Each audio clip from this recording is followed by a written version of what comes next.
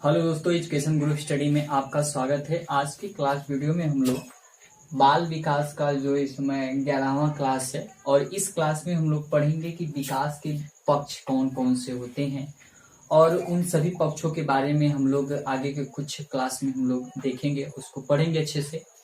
और बहुत ही महत्वपूर्ण है, यहाँ से भी बहुत सारे मनोवैज्ञानिक हैं जिनके सिद्धांत इन्हीं सब जो पक्ष हैं इनके द्वारा इन्हीं सब पक्षों में दिया गया है और इनसे संबंधित कुछ महत्वपूर्ण क्वेश्चन भी बनते हैं।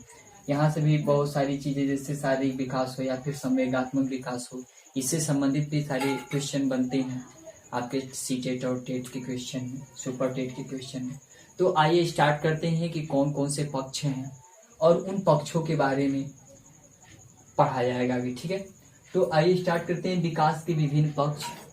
विकास के कुछ प्रमुख पक्ष निम्नलिखित हैं जो कि जिसे हमें पढ़ना है, जिसमें शारीरिक विकास है, मानसिक विकास है, नैतिक विकास है, संवेगात्मक विकास है, भाषा विकास है और सामाजिक विकास है। आगे कुछ और विकास है जैसे संज्ञानात्मक विकास भी है, उसे भी हम लोग पढ़ेंगे। लेकिन सबसे पहले विकास क्या होता है इसके बारे में आप लोगों को पीछे कुछ वीडियो में बता दिया गया है। अगर आपने नहीं देखा तो इस वीडियो के डिस्क्रिप्शन बॉक्स में भी आप जाकर देख सकते हैं और प्ले लिस्ट में भी उसको ऐड किया गया है, ठीक है। तो विकास, थोड़ा सा विकास के बारे में चर्चा करूंगा। विकास जो होता है वह शारीरिक और जो आंतरिक या कह सकते हैं दैहिक और इंटरनल दोनों से होता है, ठीक है। यानी कि वो गुणात्मक भी होता है और मात्रात्मक भी होता है विकास।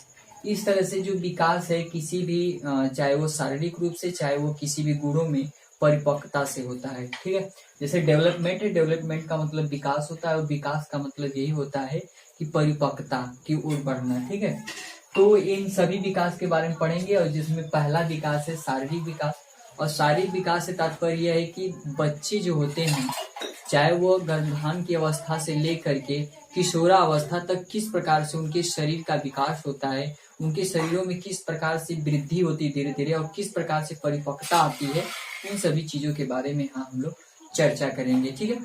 तो आइए स्टार्ट करते हैं शारीरिक विकास के बारे में। तो शारीरिक विकास जो सबसे पहली अवस्था होती है शारीरिक विकास के, अगर देखा जाए तो पहली अवस्था जो है गर्भावस्था है। इसके बाद की भी अवस्था है जब बच्चा जन्म लेता है तो शैशवावस्था आता है, फिर बाल्यावस्था, फिर किशोरावस्था। यानी किशोरावस्था तक ही हम लोग सामाजिक विकास हो, शारीरिक हो, चाहे मानसिक, भाषा, कोई भी नैतिक कोई भी विकास हो, हम लोग किशोरावस्था तक ही देखेंगे। तो यहाँ पे जो पहली जो अवस्था शारीरिक विकास में यानी कि शरीरों के विकास यानी शरीरों में परिपक्वता किस प्रकार से होता है, उन सभी चीजों के बारे में देखा जाएगा। तो गर्भावस्था में जो होता है, गर्भावस्था में जब बच्चा गर्भ धारण कर यानी कि जब गर्भ धारण हो जाता है और जन्म के पूर्व तक की जो अवस्थाएं होती हैं, इस बीच का जो समयावधि होती है वह गर्भावस्था होता है। इसमें जो गर्भावस्था में जो बच्चा होता है इसका टोटल समय 9 महीना 10 दिन यानी 9 मंथ और 10 दिन का समय होता है। और टोटल दिनों की बात की जाए तो 280 दिन होते हैं। इसकी कुछ महत्वपूर्ण विशेषताएं हैं जिसमें बच्चा होकर के गुजरता है। इसमें विकास की जो गति होती है बहुत तीव्र होती है और इसमें अधिकांशतः शरीर का विकास होता है। यानी कि जो गर्भावस्था है, गर्भावस्था में जब बच्चा गर्भ में होता है तो उन दिनों में उसका टोटल समय यानी जब तक जन्म नहीं हो जाता है टोटल समय 9 महीना 10 दिन होता है। और वहीं पे अगर दिनों की बात की जाए तो 280 दिन लगता है, ठीक है। फिर इसकी जो प्रमुख विशेषता है कि इसमें जो बच्चे की जो शारीरिक वृद्धि जो होती है वो बहुत तीव्र गति से होती है और उसी में यानी कि और इसमें तीव्र गति से विकास भी होता है क्योंकि निर्माण हो रहा होता है और निर्माण के दौरान बहुत तेजी से विकास होता है और वृद्धि भी होती है। जिसके इसमें और भी कुछ चीजें जैसे गर्भावस्था की जो पहली अवस्था है इसमें 3 अवस्थाएं होती हैं। इसके 3 अवस्थाएं होती है, डिम्बावस्था, बीजावस्था जो कि पहली अवस्था है प्रारंभ का समय। फिर उसके बाद मिडवल समय में जो होता है भ्रूणावस्था या पिंड का यानी पिंड बनता है, पिंड बनने के कारण ही इसे पिंडा या भ्रूण भी इसे कहते हैं, अवस्था होता है। फिर लास्ट का जो समय है गर्भस्थ शिशु की अवस्था यानी कि जब वह शिशु बन जाता है और गर्भ में ही होता है तो ऐसी अवस्था गर्भस्थ शिशु की अवस्था है। अर्थात जो गर्भावस्था की अवस्था है टोटल अवस्था यानी कि 280 दिन या 9 माह 10 दिन की अवस्था को 3 भागों में विभाजित करके हम लोग देखेंगे। पहला डिम्बावस्था यानी बीजावस्था, यह गर्भधान जिस दिन से गर्भधान होता है 2 सप्ताह तक इस अवस्था का जो अवधि होता है, और इस अवधि में यानी कि इस अवस्था में बीजा या डिम्बावस्था में शिशु का अंडानुमा यानी शिशु जो होता है वह अंडानुमा होता है। सबसे पहले जो होता है इसका जब गर्भधान हो जाता है यानी कि जीरो से लेकर के 2 सप्ताह के अंदर में जो आकार होता है वह अंडे के नुमा होता है। फिर इसमें बाहर कोई परिवर्तन दिखाई नहीं देता है, अंडा के नुमा होता है, इसके अंदर परिवर्तन होते हैं लेकिन बाहर किसी भी प्रकार का परिवर्तन दिखाई नहीं देता है। वो अंदर ही जो भी परिवर्तन होता है उसके आंतरिक भागों में ही होता है जो अंडे के जैसा उसका आकार होता है। फिर वहीं पे परंतु अंदर प्रकोष्ठ की प्रक्रिया चलती रहती है। वही बात है कि बाहर कोई ऐसा परिवर्तन नहीं होता है जो दिखाई नहीं मतलब जो दिखाई दे, मतलब कि बाहर की कोई ऐसी परिवर्तन नहीं होती है लेकिन अंदर उसके प्रकोष्ठ का मतलब उसमें कई सारे भाग उसमें भागों में विभाजित होता है तो उसका निर्माण होता है। 4th नंबर पे है कि 10 दिन का यानी कि 10 दिन का उसे माँ का आहार यानी 10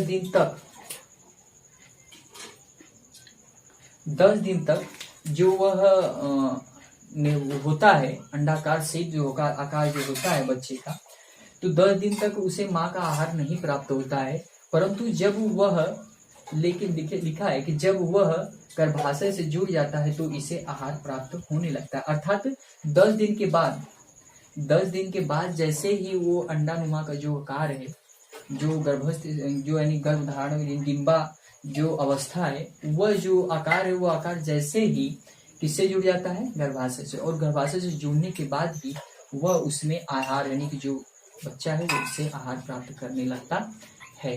तो ये रही पहली अवस्था यानी कि जो शुरुआत के दिनों गर्भावस्था की शुरुआत के दिनों की जो अवस्था है जिसमें डिम्बावस्था जिसकी समयावधि गर्भधान से 2 सप्ताह तक होती है। ठीक है। फिर सेकेंड नंबर पे भ्रूणावस्था या पिंडावस्था जिसकी अवस्था 2 सप्ताह से 8 सप्ताह तक होती है। इसमें क्या होता है कि जीव जो होता है उसका नाम मतलब भ्रूण होता है। जो जीव होगा वह भ्रूण का आकार प्राप्त कर लेने के आधार पे ही उसे भ्रूण का नाम दे दिया जाता है, और शरीर के मुख्य अंगों का निर्माण होना प्रारंभ हो जाता है। मुख्य अंग जैसे फेफड़ा हुआ, हृदय हुआ और आदि जो अंग हुए उन अंगों का इस जो सेकेंड वाली अवस्था यानी 2 से 8 सप्ताह के अंदर की जो अवस्था है इसमें उसका निर्माण होना प्रारंभ हो जाता है। फिर वहीं पे 2 महीने के अंत तक भार 2 ग्राम और लंबाई 1 से 2 इंच तक होती है। इस अवस्था में 2 से 8 सप्ताह के अंत तक जो दिया है इसमें दिया भी है 2 महीने तक मतलब कि 4 से 8 सप्ताह तक दिया ना, 4 सप्ताह और 4 सप्ताह 8 सप्ताह यानी कि इसके अंत तक क्या होता है कि जो बच्चा होता है जो भ्रूण होता है वह उसका जो भार होगा वो 2 ग्राम का होगा और लंबाई 1 से 2 इंच तक होती है। ठीक है। फिर वहीं पे 3rd और 4th नंबर पे 6 मंथ का मतलब 6 मंथ का जैसे ही 6 सप्ताह यानी कि 2 के बाद 2.5 जो मंथ है 2.5 मंथ जैसे ही स्टार्ट होता है उसमें बच्चे में धड़कन प्रारंभ हो जाती है। अर्थात जो मुख्य अंग है चाहे धड़कन का यानी कि जो हृदय का बनना, फेफड़े का बनना और कुछ प्रमुख अंगों का बनना जो कि पहले ही अवस्था में कहाँ है यहीं पे इसी अवस्था में यानी कि 2 से लेकर 8 सप्ताह तक ही स्टार्ट हो जाता है प्रारंभ हो जाता है, लेकिन जो होता है इसी बीच में आज 6 सप्ताह के अंदर ही धड़कन का प्रारंभ हो जाता है। इसी 6 सप्ताह के अंदर ही क्या हो जाता है धड़कन प्रारंभ हो जाता है यानी 1.5 महीने। ठीक है, प्रारंभ हो जाता है। फिर वहीं पे तीसरी जो अवस्था है गर्भस्थ शिशु की अवस्था, ये अवस्था 8 सप्ताह से लेकर के जन्म के पूर्व तक यानी जन्म जब तक नहीं हो जाता है तब तक ये अवस्था चलती रहती है गर्भस्थ शिशु की अवस्था। इस समय जो बच्चा होता है शिशु का रूप धारण कर लेता है। और भी कुछ महत्वपूर्ण विशेषताएं हैं, कुछ प्रमुख कार्य प्रारंभ कर देते हैं जैसे हृदय और फेफड़ा यानी कुछ प्रमुख अंग यहाँ पे होगा। कुछ प्रमुख अंग होंगे जैसे हृदय और फेफड़ा, ये क्या होते हैं कि तीसरी अवस्था यानी 8 सप्ताह के बाद कार्य करना प्रारंभ कर देते हैं। फिर उसके बाद भ्रूणावस्था में निर्माण अंगों का विकास यानी कि भ्रूणावस्था में जिसका निर्माण हो गया होता है यानी इसके पहले की अवस्था में जिन अंगों का निर्माण हो गया होता है उन्हीं अंगों का इस अवस्था में विकास होता है, यानी उसमें मेच्योरिटी आती है। ठीक है, फिर उसके बाद कुछ नोट है कि यदि 7 महीने का शिशु भी जन्म ले लेता है तो वह जीवित रहता है। अर्थात ये बहुत इंपॉर्टेंट है और क्वेश्चन भी ये पूछा गया है पिछले कुछ प्रीवियस क्वेश्चन पेपर में। ठीक है, कि यदि 7 महीने का शिशु अगर जन्म ले लेता है तो वो जीवित रहता है। कैसे? क्योंकि यहाँ पे जो 6 महीने का जो होता है बच्चा और 6 सप्ताह का जब बच्चा होता है तो उसमें धड़कन हो जाती है, और इसी 8 सप्ताह के और इसी जन्म से पूर्व तक की जो अवस्था होती है इसी में उसके सारे प्रमुख अंग जो होते हैं वो बन जाते हैं। लेकिन क्या होता है कि जो जितने निर्माण हुए होते हैं सभी का विकास मतलब स्टार्ट होता है। तो हो सकता है कि जो 7 महीने का बच्चा हो, शिशु हो, जन्म जीवित रहे लेकिन उसमें विकास पूर्ण रूप से न हो। ठीक है, तो बस इस वीडियो में इतना ही। मिलते हैं अगले वीडियो में इसके जो शैशवावस्था, बाल्यावस्था और किशोरावस्था की शरीर का कैसे विकास होता है। तो बस इस वीडियो में इतना, मिलते हैं अगले वीडियो में, तब तक के लिए धन्यवाद।